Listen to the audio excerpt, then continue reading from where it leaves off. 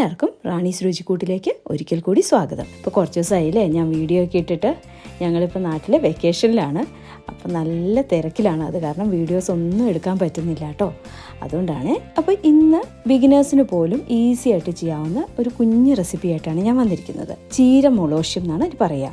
ചില നാട്ടിൽ മൊളോഷ്യം എന്ന് പറയും, ചിലയിടത്ത് മുളകൂട്ടൽ എന്ന് പറയും. ഞാൻ കോട്ടയത്തു നിന്നാണ്. അപ്പോൾ ഞങ്ങളുടെ നാട്ടിലൊക്കെ അതിന് മൊളോഷ്യം എന്നാണ് പറയുന്നത്. പക്ഷേ ഹസ്ബൻഡ് പാലക്കാട്ടിൽ നിന്നാണ്. അവിടെയൊക്കെ പറയുന്നത് മുളകൂട്ടൽ എന്നാണ്. അപ്പോൾ എന്താണെങ്കിലും നമുക്ക് റെസിപ്പി ഒന്ന് നോക്കാം കേട്ടോ. മൊളോഷ്യത്തിന് വേണ്ടിയിട്ട് ഞാൻ ഇത്തവണ ചുവന്ന ചീരയാണ് എടുത്തിരിക്കുന്നത്. പച്ച ചീര കൊണ്ടും സെയിം മൊളോഷ്യം നമുക്ക് ഉണ്ടാക്കാം കേട്ടോ. ഞാനിത് നന്നായിട്ട് കഴുകി ഇതിൻ്റെ വെള്ളമൊക്കെ പോകാൻ വേണ്ടിയിട്ട് വെച്ചിരിക്കുകയാണ്. പിന്നെ ഒരു പിടി തോരപ്പരിപ്പ് ഞാനൊരു 1/4 മണിക്കൂർ വെള്ളത്തിൽ കുതിർത്തി വെക്കുന്നുണ്ട് കേട്ടോ.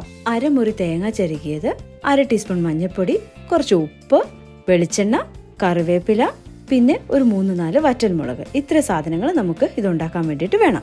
ആദ്യം തന്നെ നമ്മൾ ചെയ്യുന്നത് പരിപ്പ് നമുക്ക് 1-2 പ്രാവശ്യം ഒന്ന് കഴുകിയിട്ട് കുക്കറിൽ ഒന്ന് വേകാൻ വെക്കാം കേട്ടോ. ഒരു 1.5 ഗ്ലാസ് വെള്ളം ഒഴിച്ചിട്ടാണ് നമ്മളിത് വേകാൻ വെക്കുന്നത്. ഒരു 3 വിസിൽ നമുക്ക് അടുപ്പിച്ചെടുക്കണം. എന്നിട്ട് അത് വേകുന്ന ആ സമയം കൊണ്ട് നമുക്ക് ചീര ഒന്ന് നേരാക്കി എടുക്കാം. നമ്മൾ ഈ ചീരയുടെ ഇലയും ചെറിയ തണ്ടും ഒക്കെ എടുക്കും. പക്ഷെ ഇതിന് വലിയ തണ്ട് നമുക്ക് കളയേണ്ട ആവശ്യമില്ല. അത് നമുക്ക് അവിയലിനോ സാമ്പാറിനോ ഒക്കെ വേണ്ടിയിട്ട് ഉപയോഗിക്കാമേ. ഇനി നമുക്ക് ഈ നാളികേരം ഒന്ന് അരച്ചിട്ട് വരാം. അപ്പം ഞാൻ മുമ്പേ പറയാൻ മറന്നു, ഇതിൻ്റെ കൂടെ നമുക്ക് ഒരു 1/2 ടീസ്പൂൺ ജീരകം കൂടെ അരയ്ക്കണം കേട്ടോ. അരയ്ക്കുമ്പോൾ നമുക്കിതിങ്ങനെ വെണ്ണ പോലെ അരയ്ക്കേണ്ട ആവശ്യമൊന്നുമില്ല കേട്ടോ. സാമാന്യമൊക്കെ ഒന്ന് അരച്ചെടുത്താൽ മതിയേ. ഇതിപ്പോൾ നന്നായിട്ട് വെന്തിട്ടുണ്ട്. നമ്മുടെ ചീര നമ്മൾ ഇതിനകത്തേക്ക് ഇടുകയാണ് കേട്ടോ. എന്നിട്ട് ഇനിയിപ്പോൾ അഡീഷണൽ വെള്ളമൊന്നും ഒഴിക്കേണ്ട കാര്യമില്ല. നമ്മൾ ആ പരിപ്പ് വെന്ത വെള്ളം ഉണ്ടല്ലോ, ആ വെള്ളത്തിൽ തന്നെ മതി. പക്ഷെ നമ്മുടെ മഞ്ഞൾപ്പൊടി, നമ്മൾ മുമ്പേ പറഞ്ഞ മഞ്ഞൾപ്പൊടി അതിനകത്ത് ചേർക്കണം. പിന്നെ ആവശ്യത്തിനുള്ള ഉപ്പും കൂടെ ചേർക്കണം. എന്നിട്ട് കുക്കർ അടച്ചിട്ട് ഒരു 3 വിസിൽ ഫുൾ ഫ്ലെയിമിൽ അടുപ്പിച്ചെടുക്കണം കേട്ടോ. ഇനി നമുക്ക് കുക്കർ തുറക്കാനുള്ള സമയമൊക്കെ ആയിട്ടുണ്ടാകും. നമുക്കൊന്ന് തുറന്നു നോക്കാം അല്ലേ.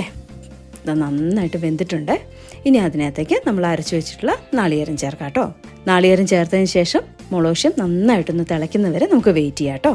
മൊളോഷ്യം നന്നായിട്ട് തിളച്ച് കഴിയുമ്പോൾ നമുക്ക് ബർണർ ഓഫ് ചെയ്യാം. അത് കഴിഞ്ഞിട്ട് ഒരു 2 ടീസ്പൂൺ വെളിച്ചെണ്ണ നമുക്ക് ഇതിനകത്തേക്ക് ചേർക്കാം. ഇനി ഒരു ഇത്തിരി കറിവേപ്പിലയും കൂടെ. അത് കഴിഞ്ഞ് വീണ്ടും നന്നായിട്ട് മിക്സ് ചെയ്യാം. മിക്സ് ചെയ്തതിന് ശേഷം നമുക്ക് ഈ കുക്കർ ഒരു 3-4 മിനിറ്റ് കൂടെ അടച്ചു വെക്കണം കേട്ടോ.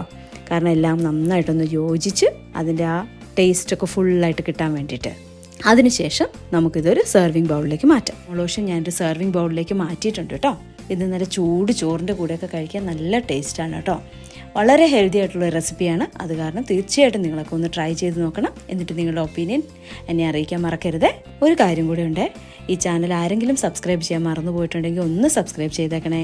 അതുപോലെ അതിനോട് ചേർന്നിട്ടുള്ള ബെല്ലൈക്കൺ കൂടി ഒന്ന് ആക്ടിവേറ്റ് ചെയ്യാൻ മറക്കരുത്. എങ്കിലേ ഞാനിടുന്ന വീഡിയോസിൻ്റെ അപ്ഡേറ്റ്സ് ഉടനെ തന്നെ നിങ്ങൾക്ക് ലഭിക്കുകയുള്ളൂ. അപ്പോൾ പുതിയൊരു വീഡിയോയുമായി നമുക്ക് ഉടനെ തന്നെ കാണാം. Till then bye, take care.